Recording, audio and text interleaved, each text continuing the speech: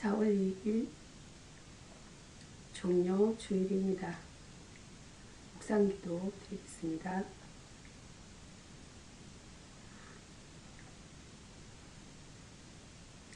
기도 제목은 성화되지 않는 나를 용서하옵소서라는 기도 제목이 되겠습니다. 성경 구절은 야고보서 1장 3절입니다. 이런 너희 믿음의 실현이 인내를 만들어내는 줄 너희가 알미라. 오늘 하나님 아버지 새로운 아침을 선물로 허락하신 하나님 감사합니다. 벌써 한 해의 4번째 달을 맞이했습니다. 세월이 어찌나 빠른지 잡을 수도 없는데 벌써 새롭지 않게 된 올해를 어떻게 보내야 할지 다시 생각해보는 하루 되게 하옵소서. 길게 막혀버린 출근길에서 나는 15분이나 기다려서 지나가는 길을 단 3초도 안 쓰고 새치게 하는 차를 보며 얼마나 미운 마음이 들었는지 매일 경험하는 일이면서 매일 용서가 안 되는 한심함을 용서하옵소서. 2km의 길을 기다리며 수없이 끼어드는 차들을 향해 누구는 운전을 못해서 기다리는 줄 아나, 누구는 급하지 않아서 이러는 줄 아냐, 이 양심도 없는 한심한 인간들아 하면서 얼마나 그들을 비난했는지요. 오늘도 여지없이 미워했고 용서하자고 마음먹다가 경찰에 걸려 딱지를 끊고 있는 그 차를 향해 하마터면 손뼉칠 뻔한 나를 보며 그 유치함에 또 회개합니다. 도무지 성화되지 않는 나를 용서하옵소서. 오늘은 매 순간 똑같은 하나님의 윤리로 살게 하옵소서. 하나님 앞에서 나의 삶에 집중하게 하시고 다른 사람과 비교하여 섭섭해하거나 미워하지 말게 하옵소서. 오늘도 나에게 주신 이 하루라는 선물이 얼마나 찬란한 것인지 깨닫고 감사하게 하옵소서. 나의 모든 죄를 사하시는 예수 그리스도 이름으로 기도합니다. 아멘. 사도신경으로 신앙고백 드리겠습니다. 전능하자 선지를 만드신 하나님 아버지를 내가 믿사오며 그 외아들 우리 주 예수 그리스도를 믿사오니 이런 성령으로 잉태하사 동정녀 마리아에게 나시고 본디오 빌라도에게 고난을 받으사 십자가에 못 박혀 죽으시고 장사한 지 사흘 만에 죽은 자 가운데서 다시 살아나시며 하늘에 오르사 전능하신 하나님 우편에 앉아 계시다가 저리로서 산 자와 죽은 자를 심판하러 오시리라. 성령을 믿사오며 거룩한 공예와 성도가 서로 교통하는 것과 죄를 사하여 주시는 것과 몸이 다시 사는 것과 영원히 사는 것을 믿사옵나이다. 아멘. 오늘 성경 본문 말씀은 시편이 되겠습니다. 시편 118편입니다. 시편 118편 1절에서 29절까지 보도록 하겠습니다. 하나님의 인자라는 본문 내용이 되겠습니다. 이 시편은 구원하시는 하나님의 영원한 인자에 대한 감사의 노래입니다. 찬양 받으실 인자입니다. 그분은 당신께서 택하신 모든 사람들과 당신의 백성된 모든 사람들 그리고 당신을 사랑하는 모든 사람들에게 인자로우십니다. 그러므로 본 시편의 기자는 서두에서 하나님을 찬양하라고 말합니다. 그분의 권능이나 위엄 때문이 아니라 우리에게 향하신 영원하신 인자를 인하여 찬양하라는 것입니다. 응답하시는 인자입니다. 내가 고통 중에 여호와께 부르짖었더니 여호와께서 응답하시고 인간의 고통, 특별히 그 상황이 절망적일 때 도움을 주실 수 있는 분은 하나님 뿐이십니다. 하나님은 우리에게 비록 허물이 많고 우리가 연약할지라도 우리의 부르짖음을 외면하실 수 없는 분이십니다. 왜냐하면 그분의 인자는 무궁하기 때문입니다. 보호하시는 인자입니다. 하나님께서 자기 편이 되신 사람은 온 세상이 대적한데도 두려워할 필요가 없다라는 것이에요. 그분의 영원하신 인자가 안전한 보장, 곧 요새가 되기 때문인 것입니다. 하나님의 보장은 이 세상의, 이 세계의 어떤 화력이나 사람들의 공격으로부터도 안전합니다. 그곳에 거하는 자는 가장 안전한 삶을 영위할 수가 있습니다. 하나님은 우리의 부르짖음에 응답하시고 보호하시는 분이시다라고 말씀하고 있습니다. 하나님의 인자하심을 의시하도록 하야겠습니다. 여기서 인자라는 것은 호이오스 투 안드로프입니다. 호이오스 투 안드로프. 호이오스 투 안드로프라는 것은 헬라어가 되겠습니다. 이 후칭은 히브리어 벤 아담, 아람어 베로 에나시. 네, 좀 다양한 언어가 있습니다. 베로 에나시 아람어입니다. 히브리어 벤 아담, 아람어 베로 에나시입니다. 그 사람의 아들이라는 말에서 유래되었습니다. 예수님은 인간의 형상을 입고 육으로 태어나셨습니다. 신약성경 이어서 마태복음입니다. 마태복음은 21장이 되겠습니다. 마태복음 21장. 마태복음 21장입니다.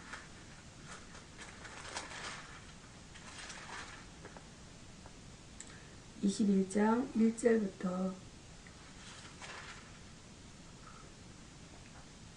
1절부터 11절까지 말씀. 본문 내용은 예루살렘의 입성이라는 본문 내용이 되겠습니다. 주님의 예루살렘 입성은 구약에 언급된 메시아적 예언의 성취로서 또 자기 메시아직의 공개 사건입니다. 나귀를 얻어서 타시고 입성함입니다. 그분이 어린 나귀를 타고 입성하실 것에 대해서는 이미 수백 년 전에 선지자 스가랴에 의해 예언이 되어 있었던 것이에요. 일반적으로 나귀는 평화의 상징으로 묘사됩니다. 그리고 이스라엘의 역사적 사건들을 회고하여 볼 때 그분의 입성하시는 모습은 당당한 승리의 입성이었으며 이 승리는 십자가의 죽음과 부활을 통해서 구체화되었다는 것이에요. 대군중의 환영을 받으며 입성함입니다.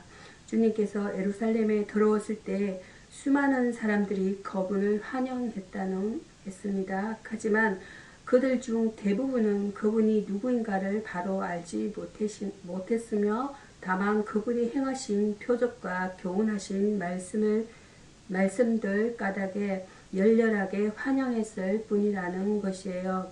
우리는 얼마 후에 그들이 주님을 십자가에 못 박아야 된다고 외치는 험악한 무리로 돌변한 것을 알 수가 있습니다. 예수님의 입성에 예루살렘이 소동함입니다. 그리스도의 생애와 관련하여 예루살렘에 두 번의 소동이 있었는데 한 번은 그분이 탄생하셨을 때였고 또 한 번은 그분이 어린 나귀를 타시고 예루살렘에 입성하였을 때였습니다. 그분은 참으로 놀라우신 분이시다라는 것이에요. 예루살렘의 소동 가운데서도 당신의 일을 묵묵히 수행하셨습니다. 세상의 소동이 그를 움직이지 못했다는 것입니다.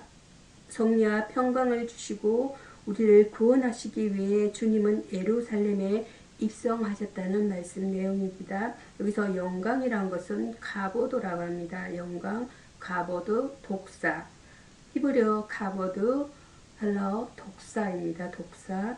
하나님의 탁월성, 완전성 그리고 임재를 표현하기 위해 특별히 사용되는 용어라고 말씀하고 있어요. 피조물인 인간은 하나님의 영광이 나타날 때 회개하고 감탄하고 찬양해야 된다는 것입니다. 이어서 빌립보서입니다. 이어서 빌립보서 2장입니다. 빌립보서 2장 5절에서 11절 본문 내용이 되겠습니다. 겸손에 도라는 본문 내용입니다. 바울의 겸손의 본보기를 내세우는데 그것은 바로 예수 그리스도의 겸손인 것입니다. 겸손의 도에 대해서 살펴보도록 하겠습니다. 겸손으로 하나가 됨입니다. 1절에서 4절입니다. 겸손한 마음은 자기보다 남을 더 낮게 여긴다고 하였습니다. 자신의 단점을 보면서 남의 장점을 볼 때 하나가 될 수 있다는 것이에요. 겸손은 모든 사람과 연결하는 고리라고 할 수가 있겠습니다. 겸손한 마음은 예수님의 마음인 것입니다. 나는 마음이 온유하고 겸손하니 나를 멍에를 메고 내게 배우라고 하셨습니다. 마태복음 11장 29절입니다. 겸손의 모범을 보이신 예수님입니다. 5절에서 8절입니다. 너희 안에 이 마음을 품으라 곧 예수 그리스도 예수의 마음이니 5절입니다. 우리가 겸손하자면 겸손의 모본을 보이신 예수님의 마음을 품어야 된다는 것이에요. 그리스도는 하나님과 동등되는 영광을 포기하시고 사람의 몸을 입으시고 종의 형체를 취하시고 우리의 죄를 위해 십자가에 죽기까지 복종하셨다는 말씀 내용입니다.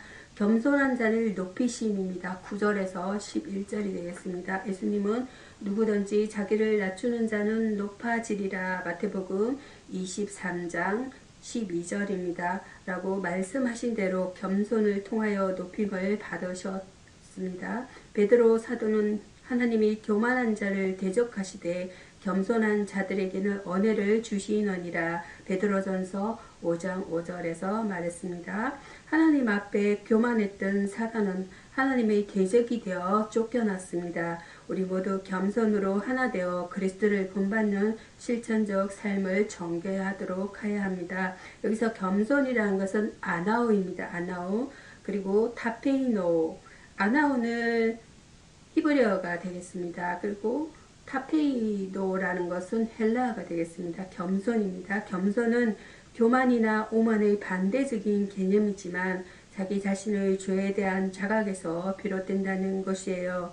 자기의 높은 가치를 알면서도 자기만 못한 자를 섬기려는 태도를 말하고 있습니다. 이어서 마태복음입니다. 마태복음 11장 되겠습니다. 마태복음 27장입니다.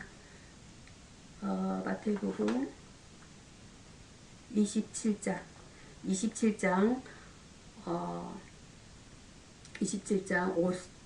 11절에서 54절까지 내용인데 네 부분으로 나누어서 말씀을 드리려고 합니다. 마태복음 첫 번째 부분은 마태복음 27장 11절에서 28절 빌라도라는 인물이 되겠습니다.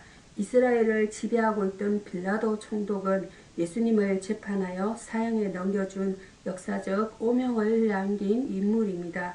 그는 나약한 자였습니다.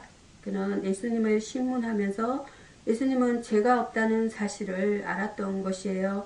주님을 신문한 그는 어느 쪽이 진실이고 어느 쪽이 거짓임을 분명히 알았음에도 불구하고 불의 앞에 무릎을 꿇는 비겁하고 나약한 사람이 되었습니다. 그는 자기 자신의 안전을 위해 세속과 야합한 기회주의자이며 세속적인 사람이었던 것입니다. 책임을 회피한 사람이었습니다. 그는 물을 가져다가 무리 앞에서 손을 씻으며 이 사람의 피에 대하여 나는 무죄하니 너희가 당하라는 말로 자신의 책임을 다른 사람에게 전가시키려 했다는 말씀이에요. 예수님을 재판한 빌라도는 자기가 본 그대로 판결을 내렸으면 어인이었을 텐데 자기 자리를 유지하기 위해 불의 앞에 무릎을 꿇는 비겁한 정치가가 되었다는 말씀입니다. 채찍질을 하게 했습니다. 그 당시 로마에서는 사형수에게 먼저 채찍질을 가하곤 하였는데 이 채찍질은 대단히 고통스러운 형벌이었다는 말씀이에요. 이 어떤 사형수는 십자가에 달리기도 전에 이 채찍질에 맞아 죽기까지 하였다는 말씀이에요. 이때 사용한 채찍이란 짤막한 나무 손잡이 끝에 여러 가닥의 가죽줄을 매달고 그 가죽줄 끝에 날카로운 쇠붙이나 뼈나 돌을 매단 것이었어요. 빌라도는 비겁한 자였어요. 예수께서 이 같은 고통을 당하신 것은 바로 우리의 죄값을 속량하기 위함이었다는 말씀입니다. 여기서 악인이라는 것은 wicked man, 악한 사람, 성질이 흉악한 사람을 가리키고 있는 것이에요. 성경적으로 불경건한 자, 불신앙의 사람이 이에 속한다는 말씀이고요. 악인의 생활은 의미가 없고 허무하며 하나님께 반역하였으므로 심판받아 멸망하게 된다는 말씀입니다. 두 번째 단락은 이어서 마태복음 27장 27절에서 32절이에요. 예수님의 수욕이라는 본문 내용이 되겠습니다. 빌라도 총독 관저에서는 세 가지의 희롱이 있었는데 홍의와 가시 멸류관과 갈대 사용이었다는 말씀입니다. 홍의를 입힌 희롱이었습니다. 28절입니다. 이것은 일종의 군인들, 행정관, 왕들이 입었던 망토였는데 놀림을 주기 위해 황제의 자색 옷을 흉내낸 것이었다는 것입니다. 그리고 낡은 천이었다고 합니다. 그러나 이런 희롱의 영적 의미로는 붉은색은 예수 그리스도의 보혈의 색깔을 의미한다는 것이에요. 낡은 천은 이사야 선지자가 예언한 것처럼 상한 갈대와 꺼져가는 심지를 연상케 한다고 말씀하고 있어요. 가시 면류관을 씌운 희롱이었다라는 것이에요. 29절입니다. 이런 거룩하고 위험 있는 왕관 대신에 부끄러움을 준 가시가 되었다는 것입니다. 그리고 그것은 끝이 날카롭고 아주 뾰족한 억센 가시덤불로 이루어진 것이었습니다. 그러나 이런 희롱의 영적 의미는 신앙적 고난을 예표하기도 합니다. 이 신앙적 예표의 외형은 추했으나 인내 속에 나타내준 예수 그리스도의 영광이 있다고 말씀합니다. 갈대로 친 희롱이었습니다. 29절에서 30절입니다. 갈대는 천한 풀입니다. 그리고 평범한 것이에요. 하지만 바로 여기에 기독교의 원리가 담겨 있다는 것이에요. 왜냐하면 예수께서는 마구간에서 탄생하셨고 예수님의 공생의 전 생애에는 평범한 인간과 같았기 때문인 것이에요. 또한 매질 당하심은 원수 사랑의 극지를 표상하신 것입니다. 또한 의인의 모습인 것이에요. 그리스도의 수용은 무한한 사랑, 영원한 행동을 의미한다고 말씀하고 있어요. 여기서 수만이라는 것은 파스코라고 합니다. 헬라어 파스코. 예수께서 지상생활의 마지막 주간 동안 죄인들을 구원하기 위해 당하신 고난, 특히 십자가에 못 박히심과 죽으심을 전후해서 당하신 고난을 말합니다. 예수님의 고난을 통해 구원의 길이 열렸다는 것이에요. 이어서 세 번째 단락이 되겠습니다. 마태복음 27장 33절에서 41장이에요. 남은 구원하고 라는 내용이 되겠습니다. 본문은 그리스도께서 십자가에 달리심에 관해 언급하고 있어요. 주께서 십자가에 못 박히심입니다. 그분의 십자가는 매우 특별한 의미를 가지고 있다는 것이에요. 그것은 그분이 받으셔야 할 영광이요. 요한복음 13장 31절입니다. 죄에 대해 단번에 죽으심이며 그분을 믿는 우리의 죄가 십자가에 못 박힘을 상징하는 것이에요. 주께서 십자가를 거부하셨다고 하면 우리는 영원히 죄의 멍에를 벗어버릴 수 없었던 것입니다. 예수의 머리 위에 있는 죄패입니다. 그분의 머리 위에 있는 유대인의 왕이라는 죄패가 붙어 있었습니다. 주님은 진정한 유대인의 왕이시요 온 세계의 왕이시다라는 말씀이에요. 땅에 있는 자들은 물론 하늘에 있는 자들과 땅 아래에 있는 모든 자들도 그분 앞에 엎드린다는 것입니다. 우리는 그분을 나의 생명의 구주, 나의 왕으로 모셔드리고 순종하도록 힘쓰자는 내용입니다. 조롱하고 비웃는 사람들입니다. 자기의 유익만을 위해서 사는 사람들이 있는가 하면 자기보다 남을 먼저 생각하고 이웃과 사회의 유익을 위해서 봉사하는 자세로 사는 사람들도 있다는 것이에요. 많은 사람들이 주를 비웃고 조롱하면서 말하기를 저가 남을 구원하면서 자기는 구원하지 못한다라고 하였습니다. 그러나 자기를 희생하지 않고는 진실한 봉사가 불가능하다는 것입니다. 이 시대를 살아가는 성도는 자신의 상태를 확인하고 올바르고 합당한 삶의 자세를 견지하도록 해야 합니다. 여기서 성취라는 것은 말에 플레오로라고 합니다. 말에는 히브리어가 되겠습니다. 플레로라고 합니다. 헬라입니다. 사람의 생애나 예언, 약속, 계획이 시공간적으로 그대로 이루어지는 것을 말합니다. 성경에서 성취에 대한 거의 모든 언급은 이러한 기초 위에서 이해될 수가 있겠습니다. 세 번째 단락에 이어서 네 번째 단락이 되겠습니다. 마태복음 27장 45절에서 46절입니다. 처절한 아픔이란 내용이 되겠습니다. 본문에서는 우리는 우리의 마음을 찢어놓은 주님의 고통스러운 신음소리를 듣게 됩니다. 주의 처절함에 대해 교훈합니다. 우리 중 아무도 하나님 앞에서 인간의 죄를 인식하거나 그 죄로 인한 고통의 무게를 느끼지 못하던 그 때에 하나님의 아들은 온 세상보다 더 무거운 죄악을 자기 몸으로 감당하셔야 했습니다. 엘리 라마 사박다니 46절입니다. 라는 죄의 무게의 어떠함과 죄의 아픔이 얼마나 처절한 것인가를 단적으로 입증해 보여주고 있습니다. 찢어진 휘장에 대해 교훈합니다. 단절되었던 하나님께로 나아가는 길이 예수 그리스도의 육체 가운데로 새롭게 열렸다는 것이에요. 그분의 죽음이 성소 휘장을 찢으시고 새롭게 산 길을 열어놓으신 것입니다. 주의 은혜를 잊지 말고 감사하도록 하여야 합니다. 그분이 아니시면 우리는 여전히 죄에서 종노릇하며 사망을 위해 열매를 내고 있었을 것입니다. 진실한 정인에 대해 교훈합니다. 메시아의 약속에 대해 무지했던 로마 백부장도 그리스도의 죽음을 목도하고는 그분이 하나님의 아들이심을 전가했다는 것이에요.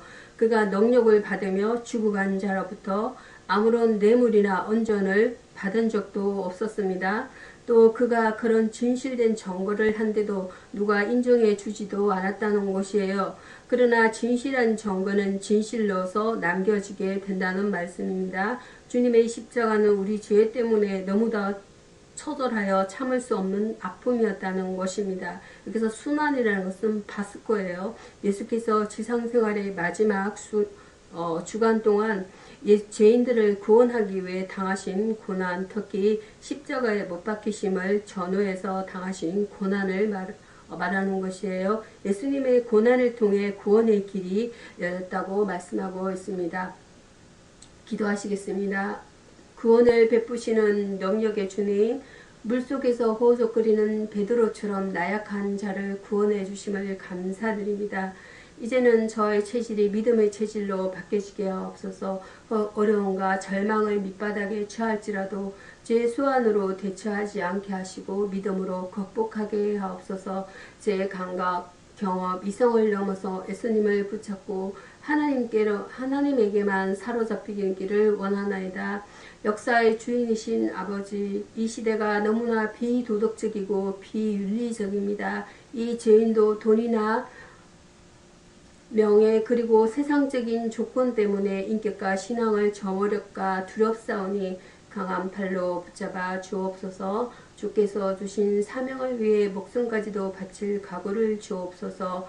그리고 제 인생의 목적은 오직 하나님의 영광이요 제 인생의 기초는 진리이게 하옵소서. 인류를 통찰하시며 보호하시는 하나님, 저도 주님의 눈으로 저의 이웃과 민족의 현실을 바라보며 예수님의 마음을 품어 이웃들의 필요를 채우는 신자로 살기를 원합니다. 저에게 필요한 것을 주께서 채우사 주고 또 주어도 모자람이 없는 풍성함을 경험하게 하옵소서. 예수님의 이름으로 기도드립니다. 아멘.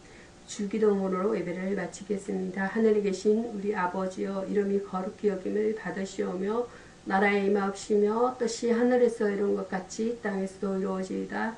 오늘날 우리에게 일용할 양식을 주옵시고 우리가 우리에게 죄 지은 자를 사하여 준 것 같이 우리 죄를 사하여 주옵시고 우리를 시험에 들게 하지 마옵시고 다만 악에서 구하옵소서.